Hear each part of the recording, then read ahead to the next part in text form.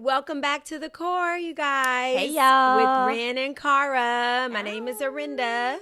I am a hairstylist and life coach, and I'm here with my beautiful friend once again, the beautiful Cara.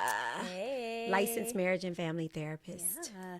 So we're just here to talk about relationships, family, friendship, trauma, Spirituality, all of the things. sex, Ooh. all of the good stuff. And sometimes not so good stuff. But we're here to talk about tools and coping and get us all through it together. Yes. So can we just talk about something that's bugging me a little bit? Oh, sure. Valentine's Day is coming. It's 2 weeks away. That's nice. That's bugging you? A little bit. Why? Because as a married person who's been with their partner for 15 years, it's just not fun anymore. But I do notice that I have some clients that are coming to me. They're in the early dating phases where they're still trying to figure out how they feel and all that good stuff, and they're using Valentine's Day actually as a measurement for if the guy or the girl like them. So Really? I don't know if this ever was a thing for you when you were in your earlier stages of dating, where it was like, let me see how serious he is by how much he plans, or if you were the planner. Well, I think dating is different than marriage. Yeah. If you're in a marriage, I feel like whoever's the best planner should plan. Yeah. You know, if the guy is not a good planner and he can't live up to your expectations and he's your husband, then plan it so you guys can have a good time. Yeah. You know, but in dating, anybody can do anything for one night, one day. So Do you think guys plan anymore though? Dawn, do guys plan? I think that guys plan. I think that I know some guys that plan, and I know some clients who have guys that plan.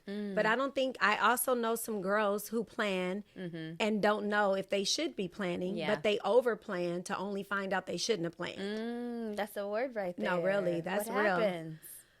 It's too much. Like, you're putting things together. You don't even know if this dude is your man. Yes. Like, you're getting hotels and you're making reservations and you're buying lingerie and you're doing all of this hoping that he chooses you. Not cool. So then I wonder then, in my mind, when is a good time to be planning? How much should a person be planning? And whose responsibility is it? Whose role is it? Is it the girl's role, the guy's role? And if it's a same-sex couple situation, like, what's even that?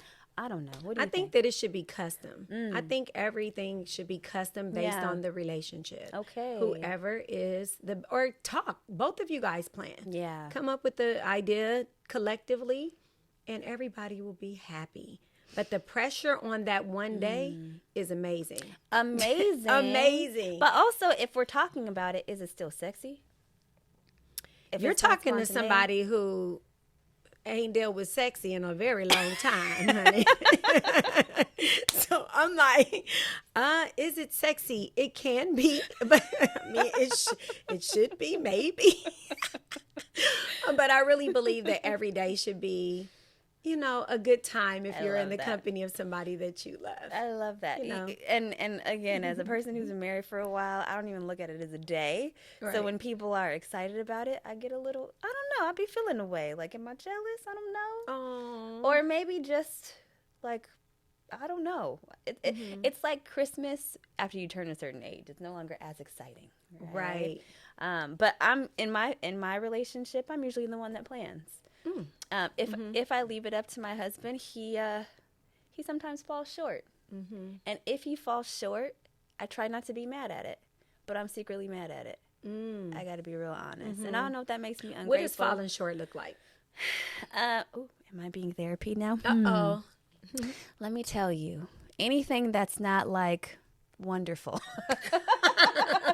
That's all I can say. So my husband is a guy. So he's a Leo. He's a very fixed sign. So he does all the things that he's accustomed to. We'll go to the familiar spot.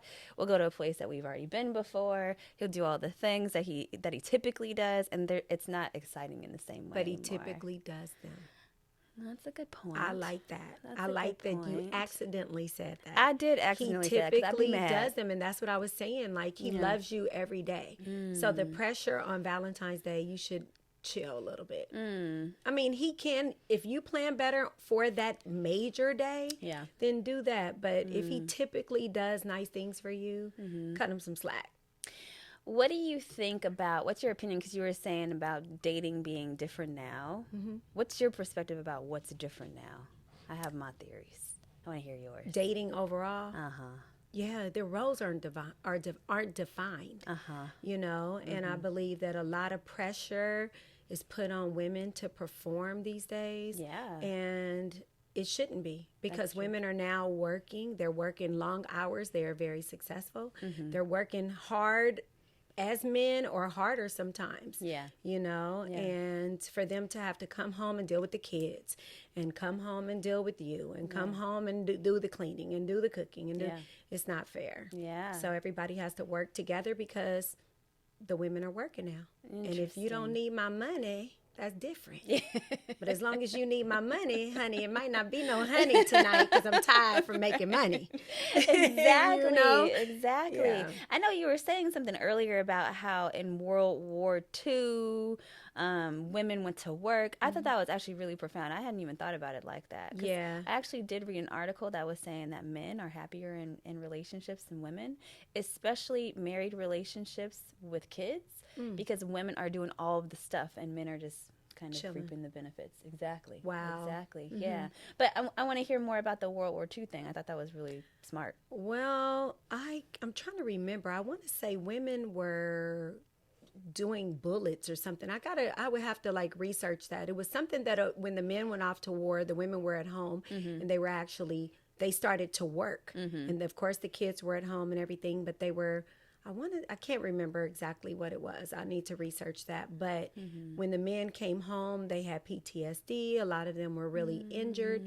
And now the woman is holding down the household, because the man is not in one piece anymore. Yeah. Yeah. You know? Yeah. And so that kind of switched things. Yeah. But, you know, we're working, like I said, we're taking care of the kids. We're doing the same things that we were doing back then. But now it's intense. Yes. It's intense. Women are educated. Women are doing their thing. So it is different. You know, the roles are not like they used to be when our grandparents were. Even my grandmother worked. Yeah. You know, my grandmother got a job and decided, like, I'm not about to be waiting on him anymore. Right. You know, it's time for me to get my own money. And that helped to establish her, you know, later on when they decided to break up. Like, she had her own stuff. And today she's 97 and she still has money coming in from her labor. That's amazing. You know? Yeah. I didn't even think that it went that far, because my perspective was, I thought it was online dating, to be honest. Like, can we talk about that mess for a second?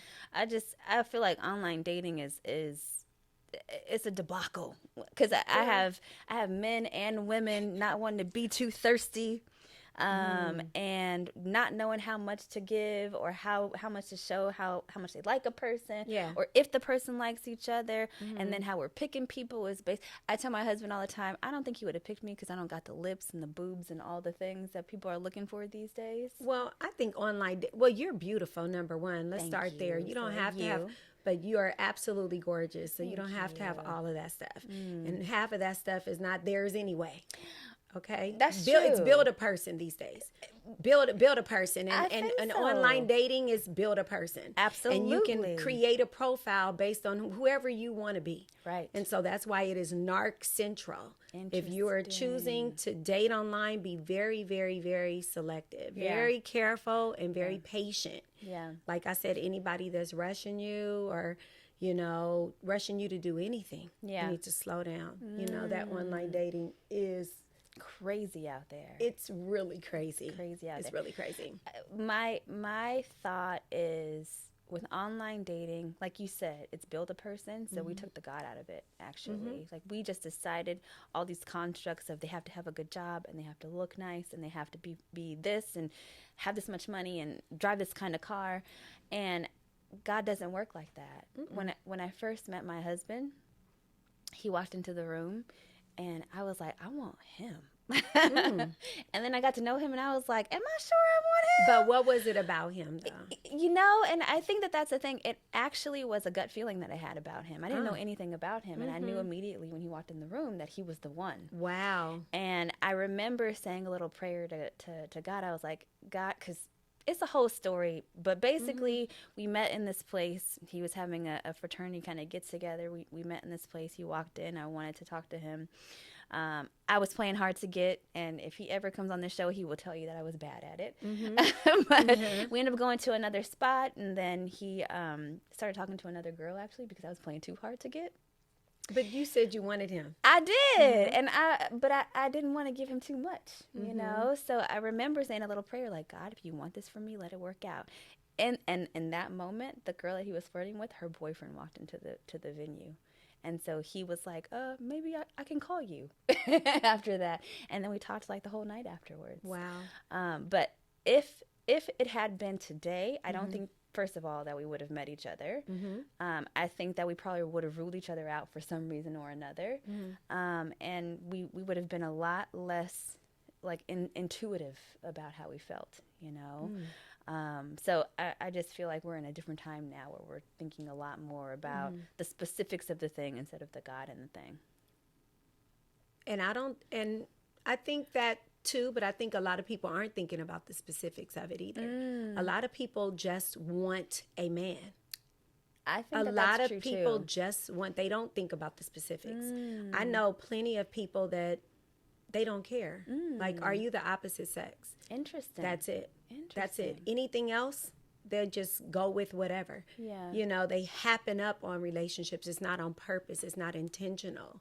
You know, and even in my situation, I really should have slowed down and looked at the situation for what it was. But when you're broken, and I thought that I was healed. Yeah. But if you think about breaking like a limb, like your arm, Yeah.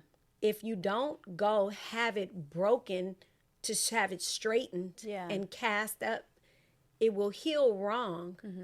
And it will heal, but it will heal wrong, and you can still use it. You just don't get its proper function. The mobility is not there. But you still are able to use your arm. It just healed wrong.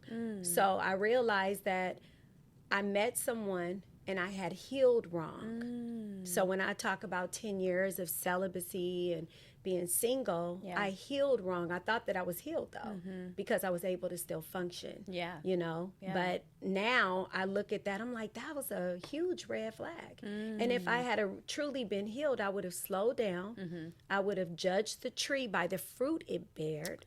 Interesting. Instead of looking at, like, a sense of security. And I think that our mothers and aunts and grandmothers in our community make us feel like we're inadequate if we don't want it, because I didn't want to get married. Sure. Same, actually. Yeah, I didn't want to get married, and I was like looked at like, what's wrong with you? Yeah. Like, this is something that you're supposed to want. Yes. And so now here I am. I've been presented with marriage before, but now I decided to choose someone that had a more, what I thought was a more secure situation, and it was not.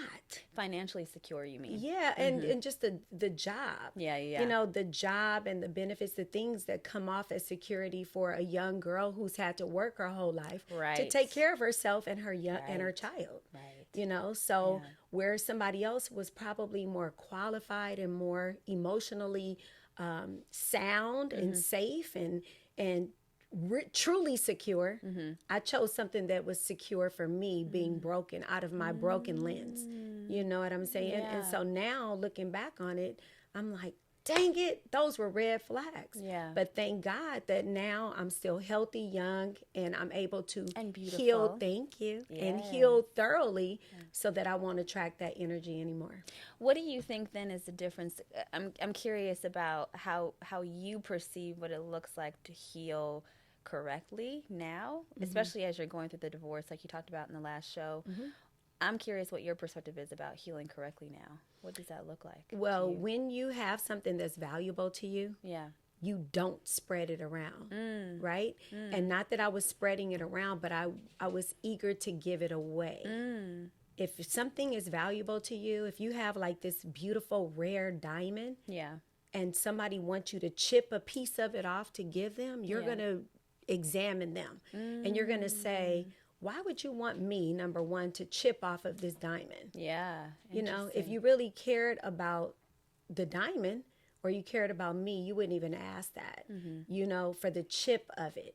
You would come together and we both could possibly be owners of it, but to chip off of it. And I realized that if somebody is chipping at you and they're constantly making you go beyond your boundaries, do things that make you feel uncomfortable, just for me though. Like Yes. you don't have to do it for everybody, but you know, for me, Yeah. let's go to the strip club. Yeah. Or for me, like you a church girl, Yeah. and this dude wants you to be at the strip club. Right. You know what I'm saying? Right. You're doing like things that you normally would not do. And I mean, if people go to the strip club, that's what they choose to do. And I'm not talking about that.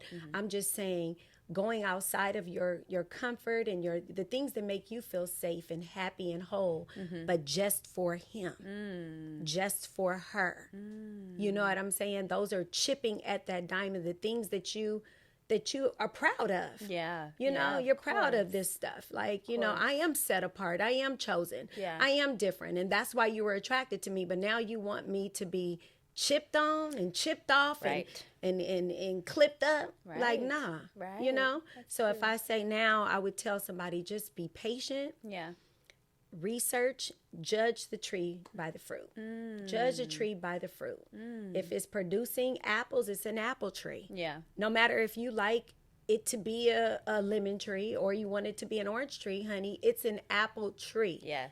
And if the tree is not bearing fruit, Jesus cursed that fig tree because it wasn't bearing figs in its, right? You have to produce. Don't listen to what they say. Yes. They know what a woman wants. Yes. They know how to get us with Yes. that. Right. You know? Yeah. Like you want to be married, you want children. I mean, we grew up looking at Cinderella and we grew That's up true. looking at Or you know, anti-Cinderella, right, which is no, what but- we wanted not to replicate, right? right. But I Yeah. mean, we grew up looking at fairy tales. Right. So the woman wants the ride up on the horse and come save. Yeah. You know, where guys, little boys were outside like throwing rocks up and hitting them and and then here they are. They're like, okay, well, how do I talk to this woman? How do I get somebody beautiful? How do I get her Yeah. to like me? Let's go to the fairy tale. Let me create this. Let me create this. And then we're like, ooh. Yeah. You know, we buy into it because Yeah. it's what we grew up thinking It should look qualified like. us and exactly. Interesting. Exactly. It's so funny because my story is different. So you were saying that your relationship, you guys kind of rushed into it. Mine wasn't like that at all. And I actually thought that it was a problem because it didn't look like the fairy tale, like you said. My husband, he said that he had to vet me for 5 years. And I was outraged. He had to vet you. He had to vet me for 5 years. And I was so mad because I was like, after year one, after year two, I knew I was supposed to marry him immediately. Although, like I said, I was questioning at times. But after year one, I was like, okay, it's time for a ring now or some kind of indication. And he said, I need 4 more years. And I said, I don't know if I can guarantee that I'm going to be around for those 4 more years. But you were. So, But what was his reason for that? I think his reason actually was exactly what you said. He wanted to make sure that a person was going to allow him to maintain his integrity, honor his boundaries, honor his family, That's and all the amazing. things that were really important. Amazing. I realize now in hindsight that we should all be looking for someone that wants to take their time because a person that wants to take their time has a lot to lose, Absolutely. you know?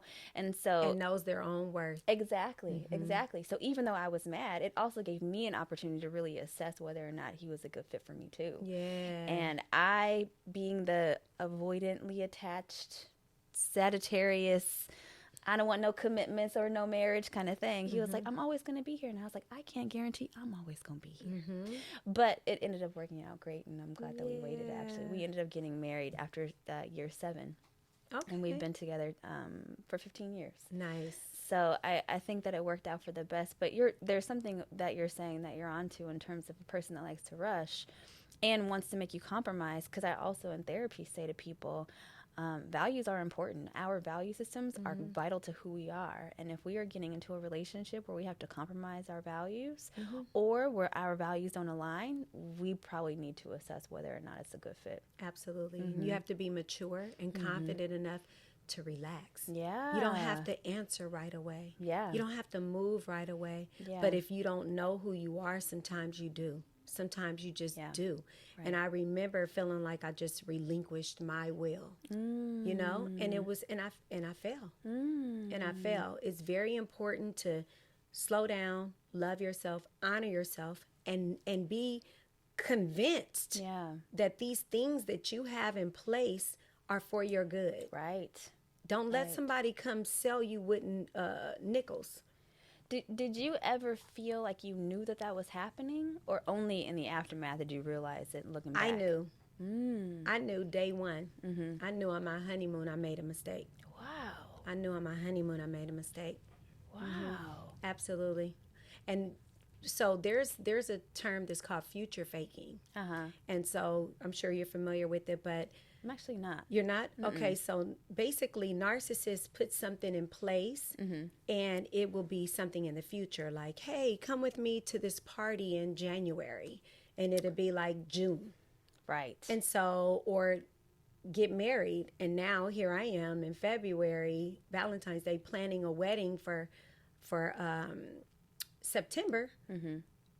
All the signs from February to September, I'm not paying attention to it because I'm already in September. So anything that happens that should, and there were many things that happened that should have made me forfeit, like, no. Yeah. I kept going because I'm in September already. Right. So that's future faking. Like, let me throw this rod way here, and you're looking to catch something way there that you don't pay attention to what happens in the interim. Yeah.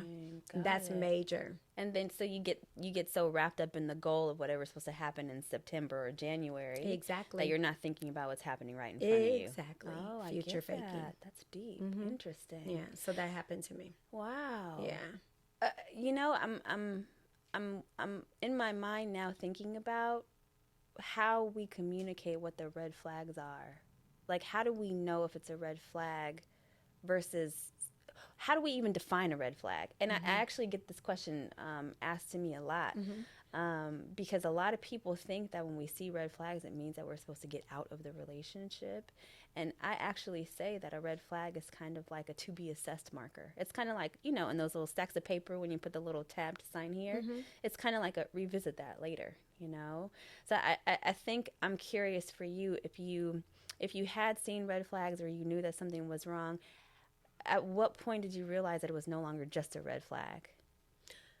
I wouldn't tell people to revisit the red flag. Interesting. Yeah. Interesting. No, I wouldn't. Now that I'm looking back on it, yeah, I would tell them, or if so, assess. You said to assess it. Yes. I would say to assess it immediately. Yes. Immediately. I would say the same. Yes. Don't come back immediately. Yes. Everybody's red flags are different. Yes. Like for me, cheating is a complete deal breaker. Yes. You know, somebody's red flag may be, you know, if I see, I don't know, everybody's situation is different. For me, I feel like when a red flag pops up, yeah, it is a stop sign. Yeah. It is a stop sign. Interesting. It is a stop sign. Is it a stop and pause or stop altogether, stop and turn around? Well, it could be stop and pause, but you definitely need to look into it and slow yourself all the way down. Yeah. Slow yourself all the way down. If it gets called a red flag, yeah, you need to completely assess it. Yes. Yes. Absolutely. Thoroughly. All the way until it's no longer red. Yeah. And that's if somebody matters to you like that. You know, maybe they don't even matter. I mean, if you know them, but see, if you have your own intention for a thing, a lot of people get thrown off because they have their own. I have my own desire for you. Even women will meet a guy and they'll have the whole picture is already painted in their mind. Oh, we gonna have babies. We gonna this. We gonna that. They just want the person to fit. Yes. Yeah. That's yeah. it. Right. And so the red flags, they're like, Yeah. hey, I'm going forward because of what I want. Then when they get hurt, they're like on the ground doing snow angels. And it's like, come on, girl. Sure. Like, you didn't even care. You just wanted him. Yes. Or Anything that he brought. Right. Yes. Yeah. Anything Person. that he brought to the table was okay. Yeah. You Yeah. know? I think you're saying something that's making me think that maybe a red flag is different than a deal breaker. Right? I think so, because a deal breaker comes once you're in a relationship. Interesting. I mean, to me, that's what it seems like to me. A red flag is like dating, and, you know, maybe you're trying to get serious about dating. Yeah. A deal breaker, we are serious. Yeah. For me, that's what it looked like to me. Yeah. And then once or maybe not, but I have to like you for you to break some deal. If we don't have a deal, then what are we breaking? Interesting You know what I'm perspective. saying? That's my Yeah. perspective, yeah. Interesting, because I actually would say that it is possible for a person to deal breaker at the beginning, and to disqualify them from being a person that you want to be in a But relationship that's not a red with. flag. I think maybe that's a deal. Oh, that is a deal breaker, I right? guess. Because then you don't want to move you're forward. like, I'm done. Yeah, exactly. That too. Exactly. I can see that too. And then maybe the red flags are more like, something's weird about that. I don't like it, but let me see what else is going, like what's happening with that kind of thing. But you said, Sometimes red flags are deal breakers. yes, I think that Right? could be true. Sure, yeah. And sometimes deal breakers start off as red flags. Right? Or no? Deal breakers start off as, yes. I think that red flags can escalate to deal breakers. Yes, I think that that's true. Absolutely. Yeah, I think that that's true. What are you thinking about future relationship, Ren? For me? Oh, girl. Mama's You too Mama's cute. tired.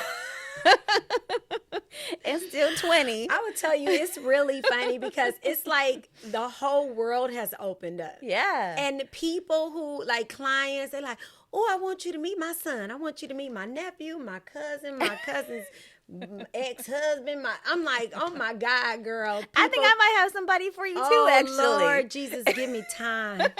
I just really want to travel first. Yeah. You know, just give me a moment. Yeah, That's of all. course. I will, whatever God's will is. Yeah. Initially, I was like, no, never.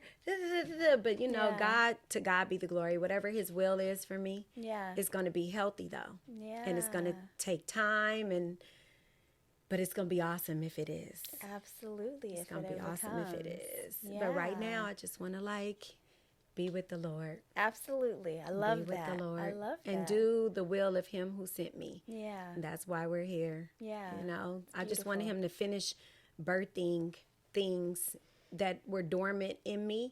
I want him to have creative control over me, you know, to be that person that he can use. Because he created us for a purpose. It's not to be someone's husband, someone's wife, someone's mother. It was something divine. Yeah. You know? Right, of course. And so I want him to have his way with me and in this lifetime. Yeah. I So love that's my purpose right now. That's what I'm doing right now. That's beautiful. I'm in love with that right now. I love that for you. That's Yes. amazing. Thank you, darling. What do you think about because I wonder if you're having the same experiences as me in terms of like my therapy clients who are all dating and looking for dates and looking for partners and looking for the right one and who's the wrong one and all that. Are you having those conversations in the salon too? All the time. Mm-hmm.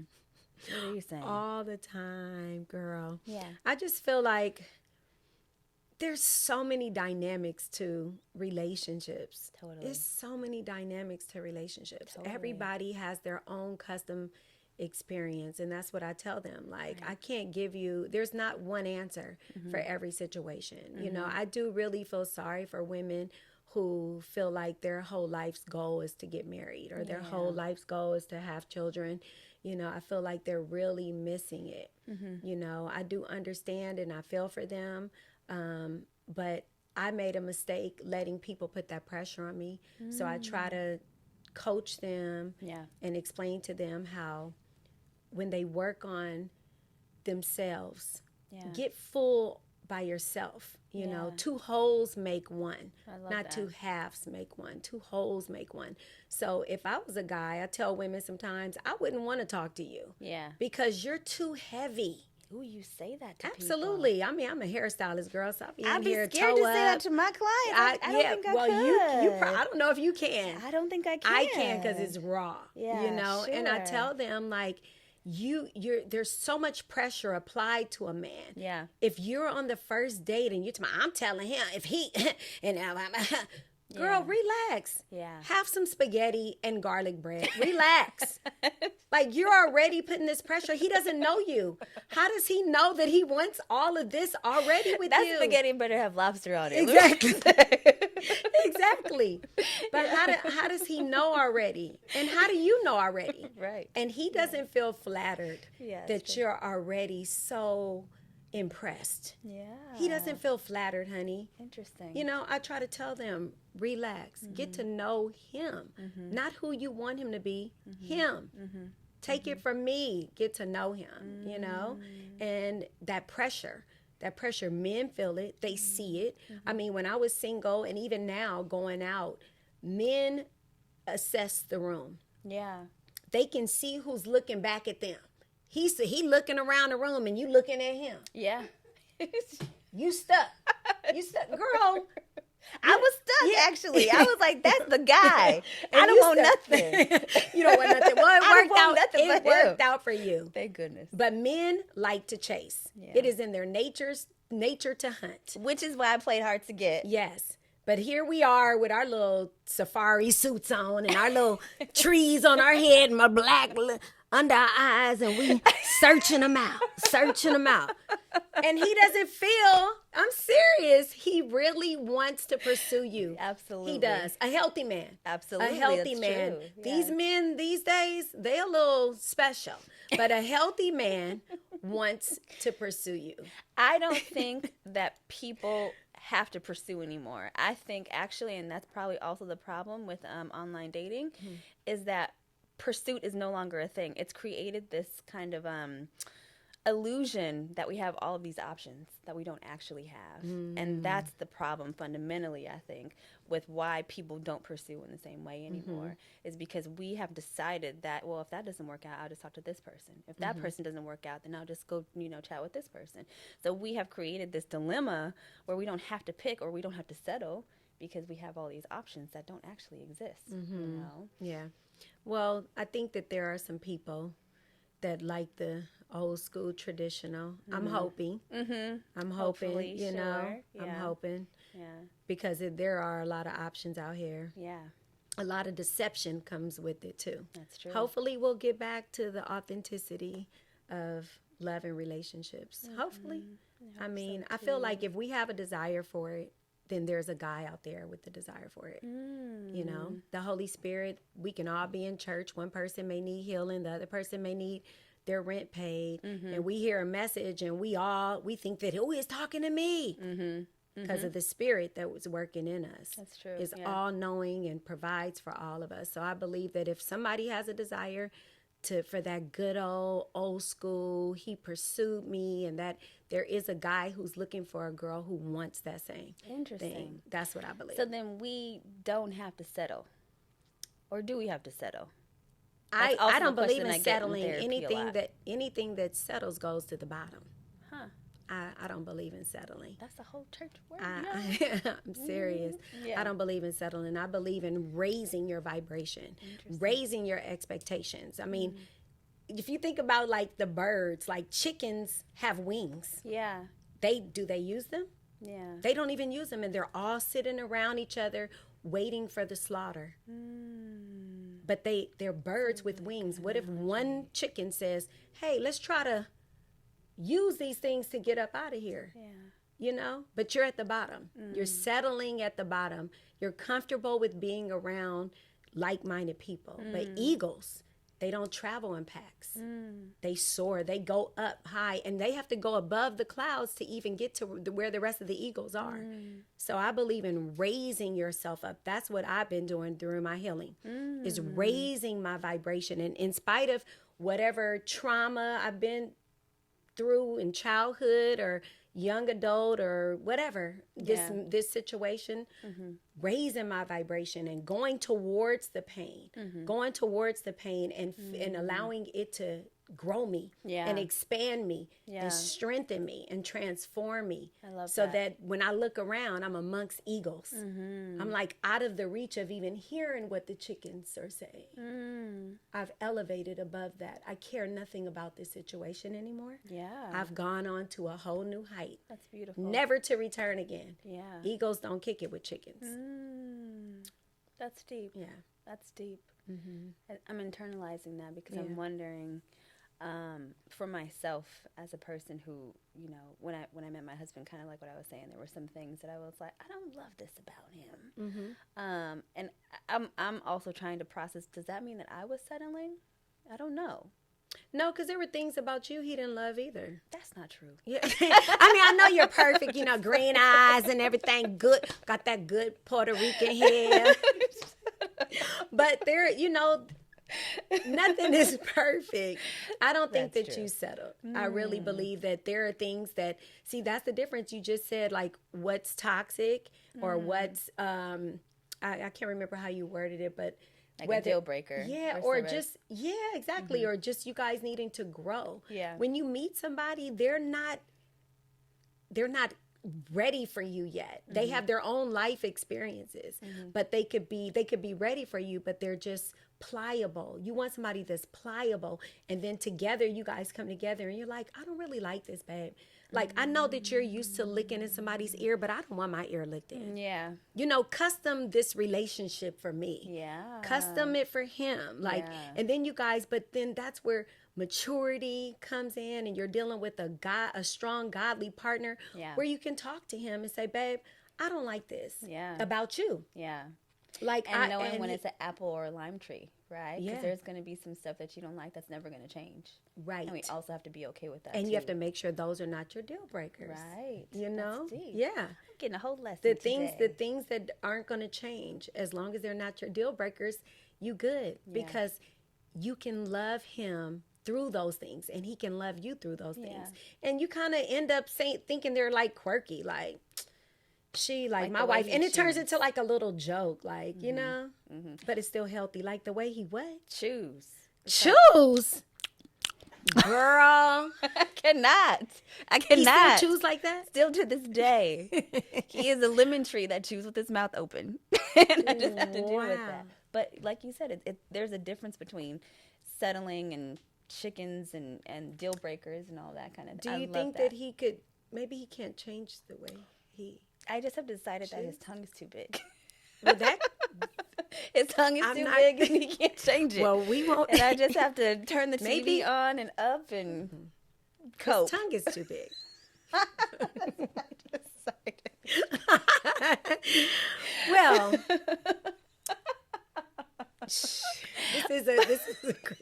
this is a Christian podcast. Crazy. Too big for Okay. his mouth.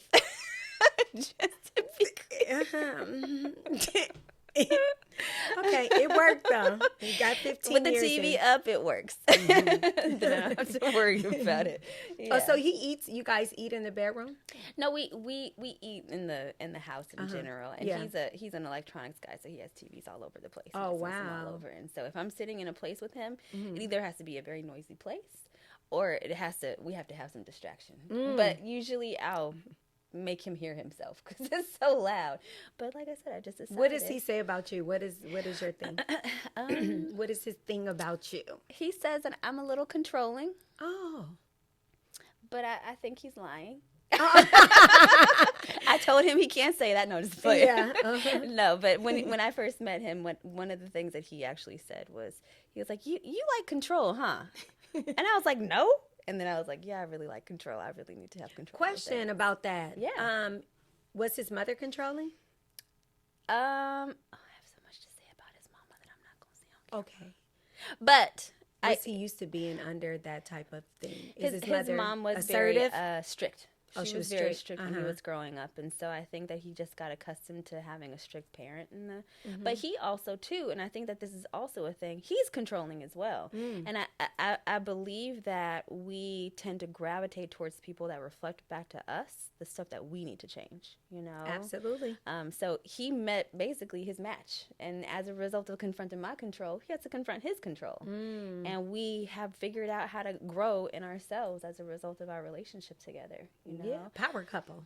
I think sometimes the reason why relationships don't work actually too is because when a person has a difficult time self-reflecting, they can't hear and see what they need to change. Absolutely. You know? And so sometimes what gets reflected back to them, they're like, well, that's their problem, but it's actually something in us. Absolutely. Know? So when you're dealing with, like you said, a narcissist or something like that, we're not getting acquainted with what we need to do to be better people. And then that's why the relationship ends up coming into my office or going to court, you know? Absolutely. Yeah.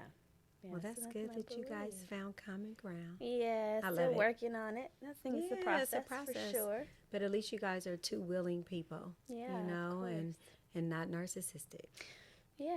You know, yeah, you might be controlling, but controlling is good. You guys are bosses.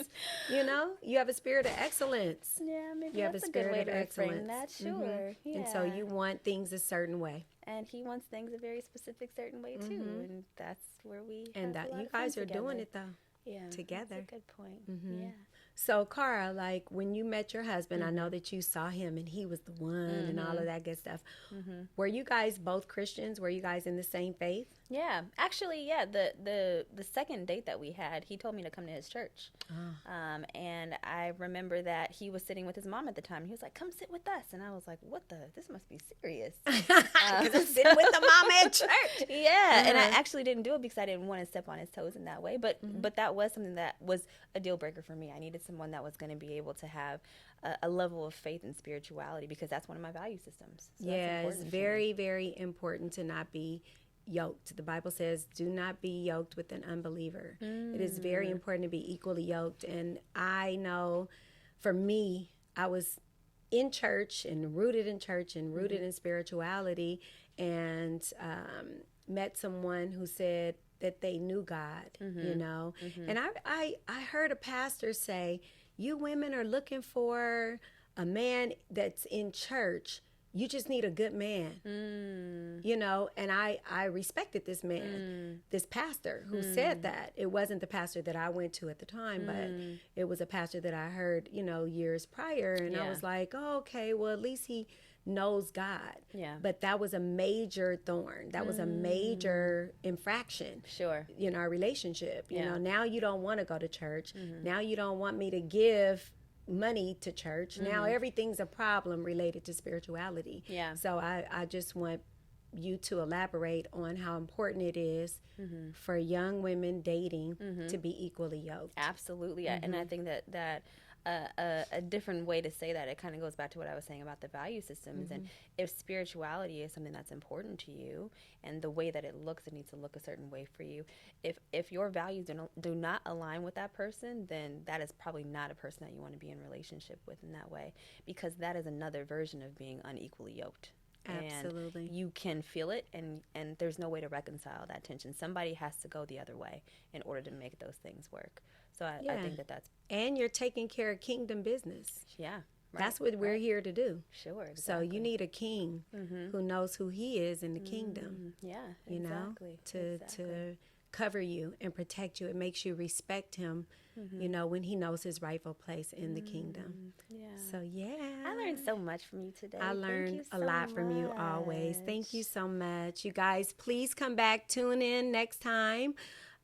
We love to see you guys. Thank you guys so much for all of our new subscribers and all of the people that are hitting that like button. Continue to do so.